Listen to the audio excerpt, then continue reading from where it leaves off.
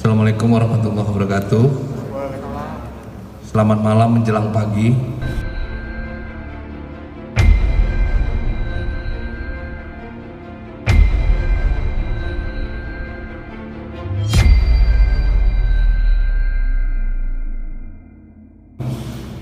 Rekan-rekan media yang saya cintai, yang setia menunggu sejak pagi sampai pagi lagi.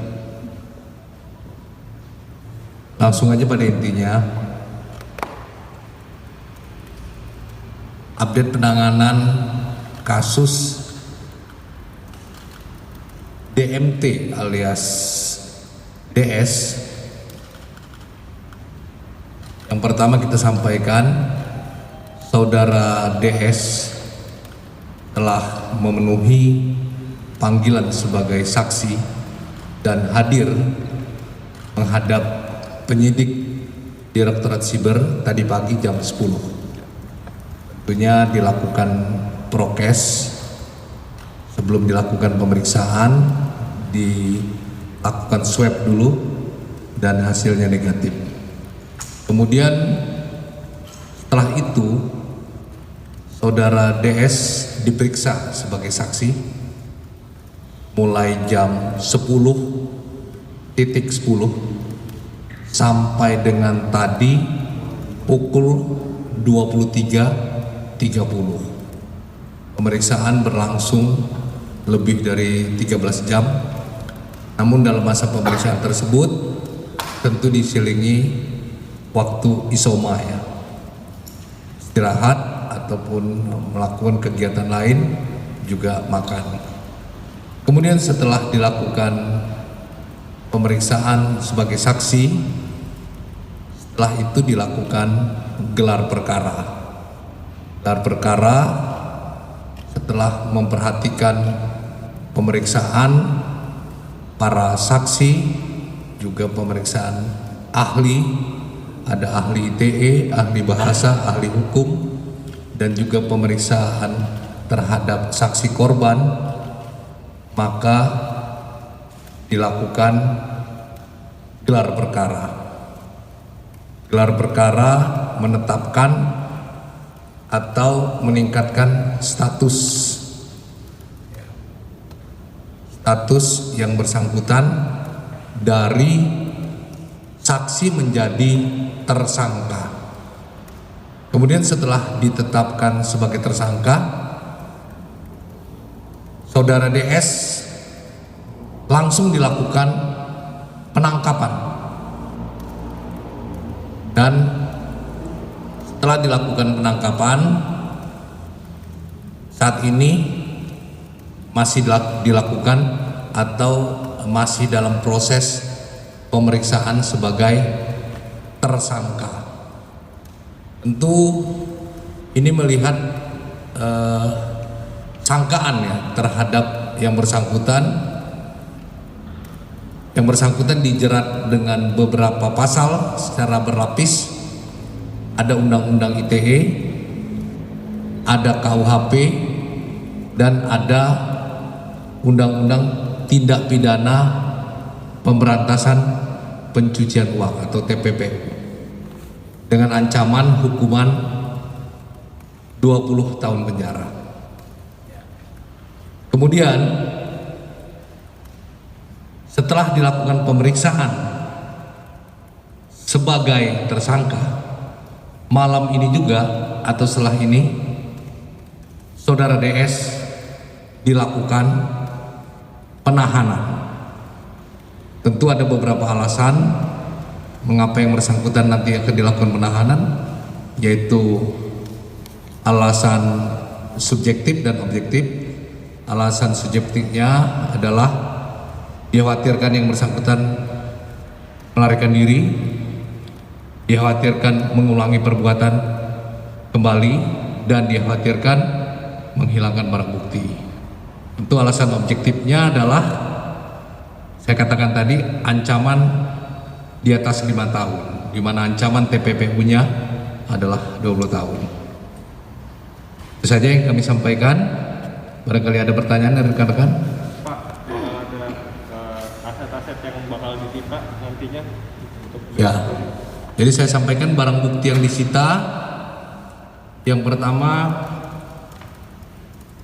ada handphone jenis iPhone 13 milik tersangka, kemudian akun YouTube dengan nama King Salmanan, kemudian ada 2 akun email yang terkoneksi dengan akun YouTube dan akun Quotex.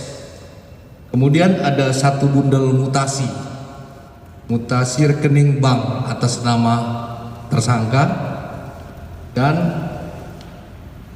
ada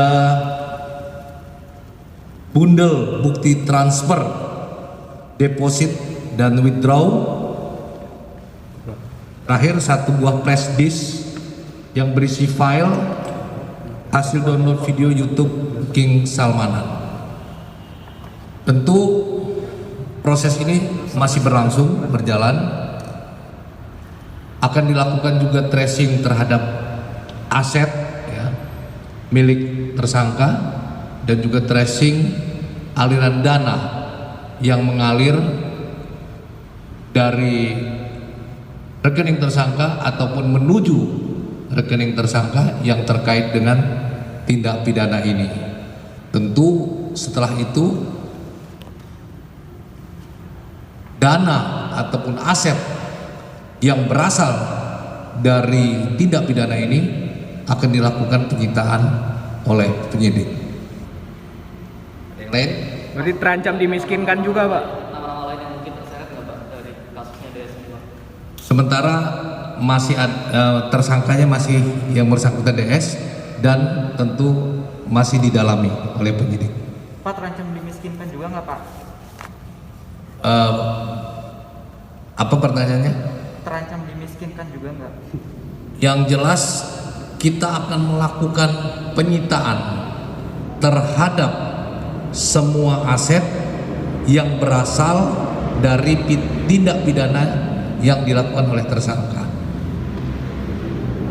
kan kalau yang Indra Kents kan kasusnya juga bisa apakah nanti ada kemungkinan bisa juga untuk tindak pidana pencucian uang? Iya. Ya, iya, jawabannya iya. Jadi terkait dengan tindak pidana pencucian uang, artinya semua aliran dana yang diberikan dari yang bersangkutan, dari tersangka kepada siapapun, apakah kepada keluarga atau kepada orang lain, pihak manapun, yang mana dana tersebut bersumber dari tindak pidana yang dilakukan, maka akan dilakukan penyitaan oleh penyidik. Pas selama pemeriksaan DS gimana, Pak? Apakah kooperatif atau mungkin berkelit, Pak? Dalam pemeriksaan tadi sangat kooperatif. Jadi yang bersangkutan mengakui apa yang dia perbuat dan memberikan penjelasan dengan lancar ya, terhadap penyidik. Sudah ada berapa pertanyaan, Pak?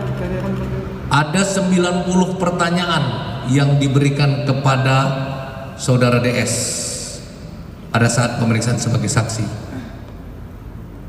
Pak, kemudian untuk kekasih Indra Kents sendiri tadi juga dipanggil. Untuk saudara Indra Kents besok pagi ya kita. Jadi malam ini kita fokus untuk rilis masalah DS. Siap, cukup. Oke, cukup. Pasal cukup ya. Kan tadi apa perlu saya panjangin pasal kan udah ya? Nggak usah, Pak, cukup, Pak. Ya. Pasalnya aja ya, nggak usah saya ancam. Pasalnya pasal 45 ayat 1 junto pasal 28 ayat 1 Undang-Undang ITE. Ancamannya 6 tahun penjara.